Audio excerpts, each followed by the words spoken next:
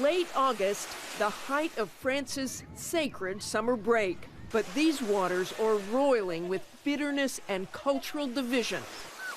This week, tensions centered on Muslim beachwear, the so-called burkini.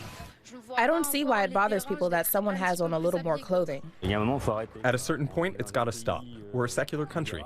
Seaside mayors drawing a line in the sand against the modest but obviously Muslim swimsuits. A massive beach brawl after tourists took surreptitious snapshots. That viral photo showing police officers forcing a middle-aged woman to remove it in public. Then Friday, France's High Court ruled the burkini ban a blow to fundamental liberties. Burkini is an effect. It's not the cause of the problem. This is Bruno Gollnisch, a leader of the Anti-Immigration National Front. He invited us to his old farmhouse in a village outside Paris. Are you France's Donald Trump? He says America first. We said les Français d'abord, the French people first, so which is quite natural. For Gollnisch, the problem the burkini symbolizes is multiculturalism.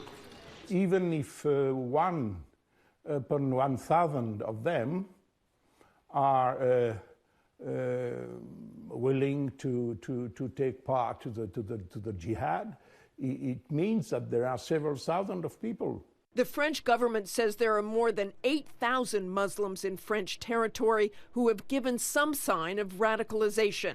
One of them, this 18-year-old we're calling Omar. He asked us not to show his face. One day, a man started coming around Omar's neighborhood talking about ISIS as a humanitarian group. He said Syria is where our Muslim brothers are and that we had to help them. They're in trouble. Did you know what ISIS had done to people? No, j'étais vraiment pas au courant. I just wasn't informed about it, really. I thought it was more like an organization for supporting the people over there. Pour soutenir les gens là-bas. But then came the Charlie Hebdo attack. This is Omar's mother.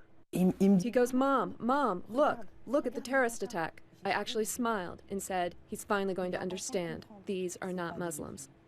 The fear here is that France's intelligence apparatus still hasn't caught up to the fast-moving, flexible tactics of the Islamic State. Take Bataclan. 9 of those terrorists were well-known. Samia Maktouf is a lawyer for terror victims across France. I mean, it's unbelievable. He was under judicial supervision. Do you think ISIS can be stopped? I hope so. That's the aim of everybody. The problem today that there is no specific profile of a terrorist. Anybody can be a terrorist because they hide. And this is one of the recommendations of ISIS. That sums up much of the concern over welcoming war-weary Muslim refugees. Entering Paris, you see refugees with nowhere to go, massed together, sleeping on street corners in makeshift camps as Parisians go about their lives around them. Just a few subway stops away, battle-ready soldiers at France's most iconic landmarks, the Eiffel Tower, Notre Dame. We finish our trip with a visit to the home of another prominent French politician, this time centrist Senator Nathalie Goulet. Islamophobia, scares me a lot. The people that are fighting on the beach for a swimming suit, it's crazy. It's like a civil war atmosphere. She warns that the rhetoric and division could have lasting effect. With the kind of speech, the kind of atmosphere we have in this country, it's very easy for ISIL to say, see, you are French, but it's not your country.